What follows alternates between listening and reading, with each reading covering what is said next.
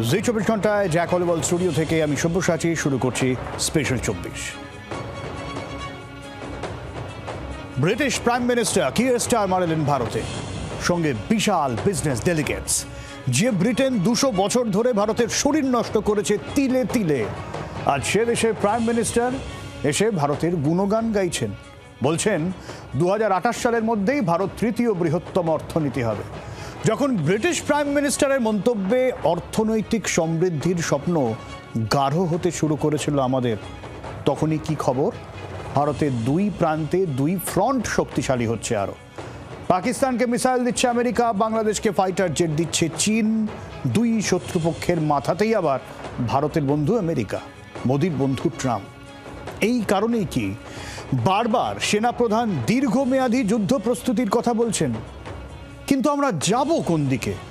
যুদ্ধে যাব না অর্থনীতির দিকে নজর দেব? বিশেষজ্ঞরা বলছেন যুদ্ধ করেই টিকে থাকা এখন দস্তুর, যুদ্ধ সামলেই অর্থনীতিকে টেনে নিয়ে যাওয়াই এখন চ্যালেঞ্জ। অর্থাৎ ওই সিপিএমের চেনা স্লোগানের মতো, লড়াই লড়াই লড়াই চাই, লড়াই করেই বাঁচতে চাই। চাই না অবশ্যই, কিন্তু লড়াইটাই এখন বাধ্যতামূলক হয়ে দাঁড়াচ্ছে। কি কতটা চ্যালেঞ্জের মুখে আমরা খুঁজে দেখবো আজকের স্পেশাল 24-এ।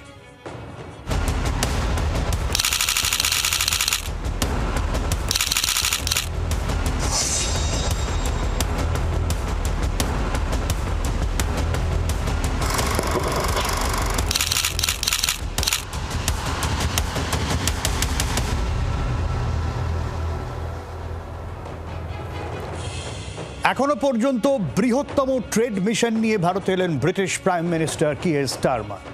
নিজে এসেছেন, সঙ্গে বড় সংখ্যক ব্যবসায়ী প্রতিনিধি দল।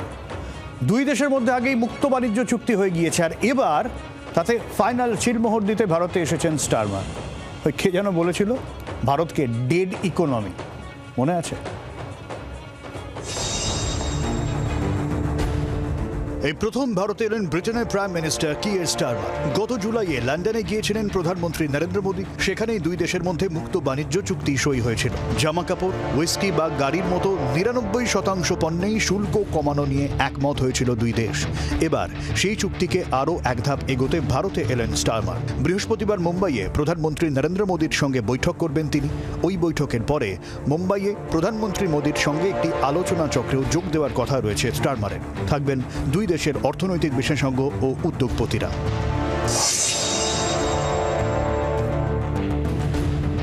স্টারমার যখন ভারতে এসেছেন তখন দেশে উৎসবের আবহ। অর্থনীতির হাওয়া মন্দ নয়, জিএসটি কমেছে, তার জেরে গাড়ি বিক্রির হিসেব সামনে এসেছে। এবারের দুর্গাপুজো ও নবরাত্রির আবহে ব্যাপক বেড়েছে গাড়ি বিক্রি। এ বঙ্গেই আগের বারের থেকে 81% বেশি গাড়ি বিক্রি হয়েছে। গোটা দেশে গতবারের চেয়ে অন্তত 34% গাড়ি বিক্রি বেড়েছে। ভারতের অর্থনীতির চাকা যে দৌড়চ্ছে তার পূর্বাভাস মাসখানেক আগেই দিয়েছিল ইওয়াই ইকোনমিক ওয়াচ নামে একটি আর্থিক সংস্থা। তাদের দাবি 2030 সালের মধ্যে ভারতের অর্থনীতি 20.7 লক্ষ কোটি ডলারে পৌঁছে যাবে। 2038 সালের মধ্যে বেড়ে হবে 34.2 লক্ষ কোটি ডলারে। বর্তমানে আর্থিক শক্তির তালিকায় 4 নম্বরে ভারত। একাধিক সংস্থা দাবি করছে বছর দুয়েকের মধ্যেই 3 নম্বরে চলে আসতে পারে ভারত। আর্থিক শক্তিতে ভারত থাকবে আমেরিকা আর চীনের পরে।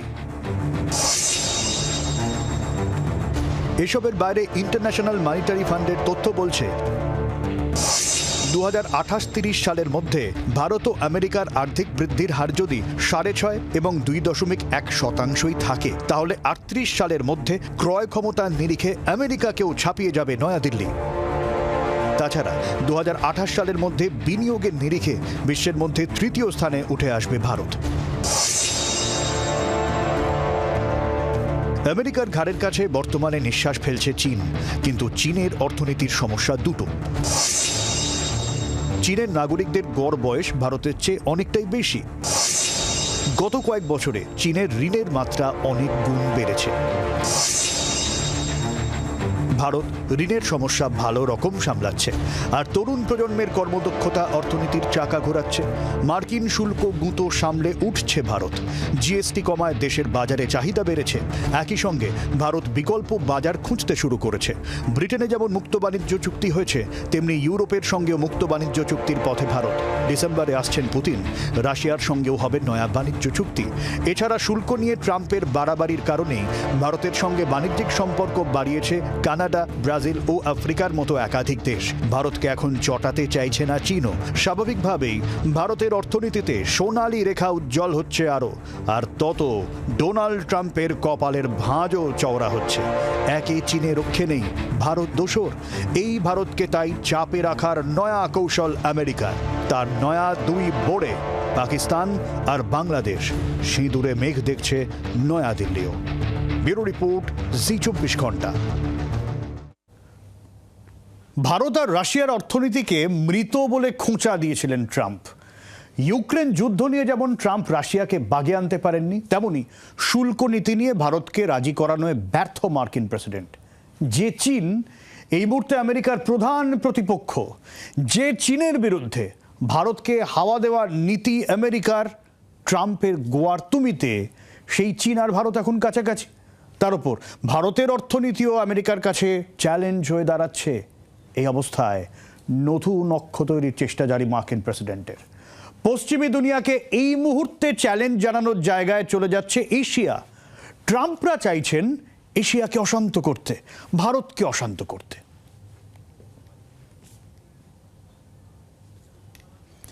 আর ভারতকে অশান্ত করার ছক করছেন মার্কিন প্রেসিডেন্ট।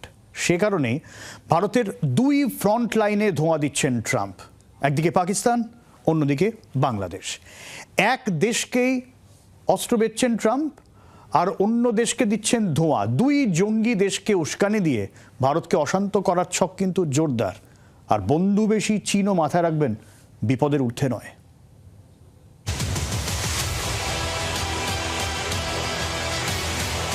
দীর্ঘদিন পর আমেরিকার অস্ত্র ঢুকছে পাকিস্তানের ঘরে। মাঝারি পাল্লার এয়ার টু এয়ার মিসাইল পাচ্ছে পাকিস্তান। প্রায় 4 দশক আগে আমেরিকা থেকে F-16 যুদ্ধবিমান পেয়েছিল ইসলামাবাদ। অপারেশন সিঁদুরে তার বেশ কয়েকটা ক্ষতিগ্রস্তও হয়েছে। এবার AIM-120D3 মিসাইল পাবে পাকিস্তান আর বছর 5-এর মধ্যেই। আর এই মিসাইল বসানো হবে ওই F-16 যুদ্ধবিমানে। সেপ্টেম্বরের শেষ সপ্তাহে পাক প্রধানমন্ত্রী শাহবাজ শরীফ এবং সে দেশের সেনাপ্রধান ফিল্ড মার্শাল আসিম মনিরের সঙ্গে হোয়াইট হাউসে রুদ্ধদ্বার বৈঠক করেছিলেন ট্রাম্প। সেখানে পাকিস্তানের সামরিক ক্ষেত্রকে ঢেলে সাজানোর বিষয়ে ট্রাম্পের সম্মতি আদায় করে ইসলামাবাদ। অপারেশন সিঁদুরের পর ভারতের হাতে জোরালো চড় খেয়ে আমেরিকার কোলে বসেছেন পাক প্রধানমন্ত্রী শাহবাজ আর সেনাপ্রধান মনির। নিজেদের খনিজ সম্পদ আমেরিকার হাতে তুলে দিতে একের পর এক চুক্তি করেছে দুই দেশ। এক ঢিলে দুই পাখি মারতে চাইছেন ট্রাম্প। ভারতকে না পেরে চীনের থেকে পাকিস্তানকে সরিয়ে আনতে তৎপর হচ্ছেন মার্কিন প্রেসিডেন্ট। ভারতের বিরুদ্ধে পাকিস্তানকে উস্কে নয়াদিল্লির অর্থনৈতিক চাকার গতি কমাতে চাইছেন তিনি, যাতে আমেরিকার ওপর ভারতের আর্থিক নির্ভরশীলতা আরও বাড়ানো যায়। এর সঙ্গেই ভারতের বিরুদ্ধে নতুন ফ্রন্ট খুলতে চাইছে আমেরিকা। দোসর অবশ্যই পাকিস্তান। বাংলাদেশ এমনিতেই পড়শি সে দেশে মৌলবাদ ও জঙ্গিবাদের বাড়বাড়ন্ত। এবার তাতে সেনাঘাঁটি তৈরির মরিয়া চেষ্টা জারি আমেরিকা। আর চীনের কাছ থেকে বাংলাদেশ 20টি J-10CE যুদ্ধবিমান কিনছে। অপারেশন সিঁদুর চলাকালীন ভারতের হাতে মার খেয়ে যে চীনা যুদ্ধবিমান J-10CE মুখ থুবড়ে পড়েছিল, এবার সেই বাংলাদেশ একই যুদ্ধবিমান কিনতে চলেছে। অন্যদিকে আমেরিকা বাংলাদেশকে বিক্রি করছে বোয়িং, সঙ্গে গম। ভারতের বিরুদ্ধে লড়তে বাংলাদেশকে চাঙ্গা করতে উঠে পড়ে লেগেছে পাকিস্তান। মাথায় অদৃশ্য হাত আমেরিকার, বন্ধুবেশী শত্রু চীনের কলকাঠি তো আছেই। ফলে সার্বিকভাবে ভারতের যুদ্ধ ভবিষ্যৎ দু প্রান্তে।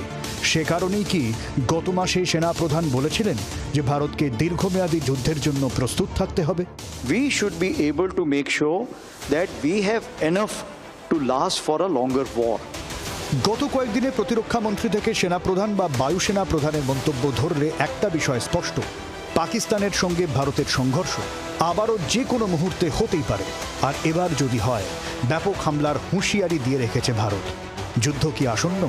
চাপ বাড়বে ভারতের? ভারতবর্ষের যে ডিফেন্স নীতিটা আছে সেটা কোনোদিনই অ্যাগ্রেসিভ বা মাল্টি ফ্রন্ট ওয়ারকে সাপোর্ট করার মতো নয়। এক্ষেত্রে বলা যেতে পারে আমেরিকা যেহেতু সর্বদাই অ্যাগ্রেসিভ পদ্ধতির মধ্যে দিয়ে তাদের ডিপ্লোমেসির প্রকাশ করেছে এবং বারংবার বিভিন্ন দেশের টেরিটরিকে ব্যবহার করে তারা থার্ড পার্টি ওয়ার বা টার্সিয়ারি ওয়ারফেয়ার তৈরি করেছে, সেই লজিকটা যে কোনো দেশের ক্ষেত্রে খাটলেও ভারতবর্ষের ক্ষেত্রে খুব একটা খাটবে বলে মনে হচ্ছে না। কিন্তু তারপরেও যদি যুদ্ধ বাঁধে তাহলে এই ধরনের মাল্টি ডাইমেনশনাল ওয়ার যদি ইন্ডিয়া বাংলাদেশ বা ইন্ডিয়া পাকিস্তানের মধ্যে কোনো ক্ষেত্রেই ধরুন তর্কের খাতিরেই যদি শুরু করা হয়, তাহলে বাংলাদেশ বেশি দিন অ্যাজ এন ইন্ডিভিজুয়াল সার্ভাইভ করবে না, পাকিস্তান বেশি দিন অ্যাজ এন ইন্ডিভিজুয়াল সার্ভাইভ করবে না। সুতরাং অবভিয়াসলি গোটা পৃথিবীর কাছে এটা ভীষণ একটা অবভিয়াস স্টেটমেন্ট যে তারা কারোর দ্বারা এডেড হচ্ছে। এই এডটা যদি আমেরিকার ক্ষেত্রে হয় তাহলে একটা কথা ভুলে গেলে চলবে না, আমেরিকার ইমেজটা to the entire world as a partner বা অ্যাজ আ অ্যালাই কোনোদিনই খুব একটা ভালো শেপ নেবে না। কিন্তু সেই ধার ধরেছেই বা কবে আমেরিকা? ফলে শঙ্কা থেকেই যাচ্ছে। সেক্ষেত্রে পুরোদস্তুর যুদ্ধ না হলেও ছায়াযুদ্ধ, জঙ্গিবাদের বারবারন্তের শঙ্কা থেকেই যাচ্ছে, যা ভারতীয় অর্থনীতির জন্য ভালো নয় বলেই মনে করছে বিশেষজ্ঞ মহল। ব্যুরো রিপোর্ট, জি24 ঘন্টা। একটা সুবিধা কি জানেন? পাকিস্তান এবং বাংলাদেশের দুদেশেরই অর্থনীতি একেবারে তলানিতে। ফলে ভারতের বিরুদ্ধে লড়তে যে আর্থিক জোর থাকতে হবে সেটা তাদের নেই। কিন্তু দুই দেশের উদাহরণ এটাও আমাদের শেখায়, অস্থিরতা থাকলে অর্থনীতির গতি কমে। কোনো দেশে দীর্ঘদিন রাজনৈতিক অস্থিরতা চললে কি হতে পারে সেটা আমরা পাকিস্তানকে দেখে বুঝেছি। পাকিস্তানের মুদ্রাস্ফীতির হার 35 থেকে 40%। পাকিস্তানের বহির্বিশ্বের কাছে ঋণ তাদের মোট জিডিপির প্রায় 67%। তাহলে বুঝে দেখুন পাকিস্তান ঠিক কোথায় দাঁড়িয়ে আছে, কেন তাদেরকে সৌদি আরবকে পরমাণু অস্ত্র দিয়ে টাকা নিতে হচ্ছে। বাংলাদেশও বোধহয় সেই পথেই হাঁটছে। গত বছর শেখ হাসিনা সরকারের পতনের পর ইউনূসের সরকার দেশ তো চালাচ্ছেন বটে, কিন্তু অর্থনীতির বেহাল অবস্থা। গার্মেন্টস শিল্প মার খাচ্ছে, বড় বড় অনেক গার্মেন্টস শিল্প বন্ধ হয়ে গিয়েছে। ফলে এই জায়গা থেকে আশঙ্কাটা জোরদার যে যেখানে ভারতের অর্থনীতি এগোচ্ছে, যদি এই ধরনের অশান্তির আবহ বারবার তৈরি করে ভারতকে অস্থির রাখার চেষ্টা করা হয়, কারণ শুধু যে বাংলাদেশ আর পাকিস্তানকে নিয়ে শঙ্কা তা তো নয়, ভারতের বিরুদ্ধে নতুন আর একটা অক্ষ ষড়যন্ত্রের জাল বুনে চলেছে পাকিস্তান, তুরস্ক, আজারবাইজান। গত কয়েক বছর ধরে ভারতের বিরুদ্ধে এরা অক্ষশক্তি হিসেবে আত্মপ্রকাশ করেছে এই তিন দেশ। ভারতের চারদিকে শত্রুপক্ষের জাল। এই অবস্থায় এই সামনের শুক্রবার ট্রাম্প যদি নোবেল শান্তি পুরস্কার না পান, কি করবেন কে জানে।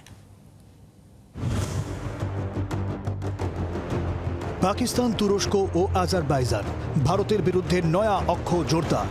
দেশের খনিজ বিক্রির লোভ দেখিয়ে পাকিস্তান আমেরিকার মিসাইল পাচ্ছে, তেমনি আগেই তুরস্কের কাছ থেকে পাকিস্তান পেয়েছে অত্যাধুনিক বায়রাখতার TB2 ড্রোন। মাঝে মধ্যেই একসঙ্গে যুদ্ধের মহড়ায় গা ঘামাতে দেখা যাচ্ছে এই তিন দেশের সেনাদের। প্রতিরক্ষা বিশ্লেষকদের দাবি, তিন শয়তানের এই জোটে সরাসরি না থাকলেও নেপথ্যে থেকে দাবার চাল দিচ্ছে বেজিং। বর্তমানে পাক ফৌজকে সর্বাধিক হাতিয়ার সরবরাহকারী দেশ হল চীন। স্টেলথ ক্লাসের পঞ্চম প্রজন্মের জেট থেকে শুরু করে ট্যাঙ্ক, কামান বা রণতরী, একের পর এক অত্যাধুনিক অস্ত্র পাঠিয়ে ইসলামাবাদের হাত শক্ত করেছে ড্রাগন। এর পাশাপাশি রয়েছে গোয়েন্দা তথ্য সরবরাহ এবং স্পাই স্যাটেলাইটের পাঠানো তথ্যের আদান প্রদান। এর ওপর ময়দানে খেলতে নেমেছেন ডোনাল্ড ট্রাম্পও। শুধু তাই নয়, এক ধাপ এগিয়ে নেটোর ধাঁচে মুসলিম দেশের জোট চাইছে পাকিস্তান। ইসরায়েলের আগ্রাসনকে সামনে রেখে বকলমে ভারতের বিরুদ্ধেও এই জোট খেলা খেলতে আগ্রহী ইসলামাবাদ। গত 15 সেপ্টেম্বর মুসলিম দেশগুলোর সম্মেলনের আয়োজন করেছিল কাতার। সেখানে নেটোর আদলে ইসলামিক সামরিক জোট তৈরির প্রসঙ্গ তোলে পাকিস্তান। কথা হয় আরব ইসলামিক টাস্ক ফোর্স নিয়ে। তাতে বাংলাদেশও যে ভিড়ে যাওয়ার চেষ্টা করবে তা স্পষ্ট।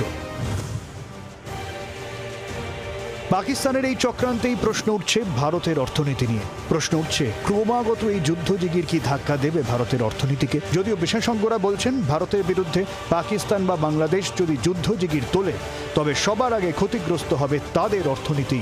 পাকিস্তান এবং বাংলাদেশের সঙ্গে আমাদের ভারতবর্ষের যে বৈদেশিক বাণিজ্যের যে আজকের দিনের যে ডায়নামিক্স, তাতে আমাদের ট্রেড সারপ্লাসে আমরা বেশি রপ্তানি করি, কম আমদানি করি।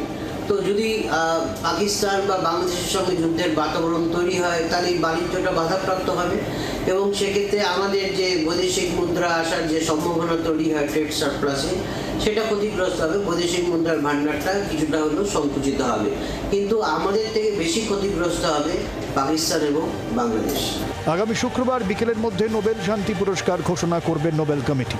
নোবেল না পেলে ট্রাম্পের মাথা খারাপ হওয়ার সম্ভাবনা বেশি। বিশ্লেষকদের একাংশ মনে করছেন ট্রাম্প বকলমে যুদ্ধজিগির তুলতে পারেন একাধিক ফ্রন্টে, বিরক্ত করতে পারেন ভারতকে। কারণ একে তো শুল্ক নীতি নিয়ে ভারতকে বাগে আনতে পারেননি, তার উপর অপারেশন সিঁদুরে সংঘর্ষ বিরতি নিয়ে ট্রাম্পকে নয়াদিল্লি কোনো কৃতিত্বই দিতে রাজি নয়। খুব স্বাভাবিকভাবেই সতর্ক নয়াদিল্লি। ব্যুরো রিপোর্ট, জি 24 ঘন্টা। দেখুন, যদি অশান্তি হয় তাহলে নিঃসন্দেহে ভারতের আর্থিক গতি ধাক্কা পাবে। তবে অর্থনৈতিক বিশ্লেষকরা বলছেন অশান্তি সীমান্তে সামলে দেশকে সচল রাখলে অর্থনৈতিক সমৃদ্ধি সম্ভব। কিছুটা সমস্যা হলেও ভারত পারবেই। একটা জিনিস মাথায় রাখতে হবে, আজকের দিনে সারা বিশ্বের পার্সপেক্টিভে যদি আমরা দেখি, ভারতবর্ষে সেই অর্থে এখন অশান্তি নেই, কিন্তু সীমান্তে উত্তেজনাটা আছে এবং সীমান্তের লড়াইটা সীমান্তেই লড়ে নিতে হবে। রাজনৈতিক যে দ্বন্দ্ব, সেই দ্বন্দ্বটা ওখানেই শেষ করে আসতে হবে। অর্থনৈতিক উন্নয়ন বাধাপ্রাপ্ত হবে, এটা ঠিক, কিন্তু পাকিস্তানের রক্তচক্ষুকে আমরা উপেক্ষা করে পাকিস্তানকে তার যে আমি বলবো সহজাত উপায়, তাদেরকে যে লেসন দেওয়া, সেটা ভারতবর্ষের সৈন্যবাহিনী করতে সক্ষম। আসলে কি জানেন তো, গোটা বিশ্বের হাবভাবই ওই লড়াই লড়াই লড়াই চাই। দেখুন, ইউক্রেন রাশিয়া যুদ্ধ জারি, ইউরোপ বা নেটো যুদ্ধে জড়াবে, এরকম একটা হাবভাব রয়েছে। ভেনেজুয়েলার সঙ্গে আমেরিকার যুদ্ধ লাগলো বলে ইসরায়েলকে নিয়ে ফুঁসছে গোটা মধ্যপ্রাচ্য। তাইওয়ান প্রমাদ গুনছে চীনকে নিয়ে। পাকিস্তানকে মানে ভারতকে নিয়ে তো ঐতিহাসিক হিংসা, তার সঙ্গে দোষর হয়েছে বাংলাদেশ। যুদ্ধ থামানোর নামে বকলমে জায়গায় জায়গায় অশান্তির ধোঁয়া দিয়ে বেড়াচ্ছেন ট্রাম্প। আর এই প্রবল অশান্তির আবহ সামলে নিজের অর্থনীতিকে ওপরে তোলা কঠিন চ্যালেঞ্জ। আর সেই চ্যালেঞ্জে যদি নরেন্দ্র মোদীর সরকার উতরে যায় তাহলেই তা হবে গোটা বিশ্বের কাছে শিক্ষার। তখনই নিজেকে বিশ্বগুরু বলার দাবিদার হতে পারবে ভারত।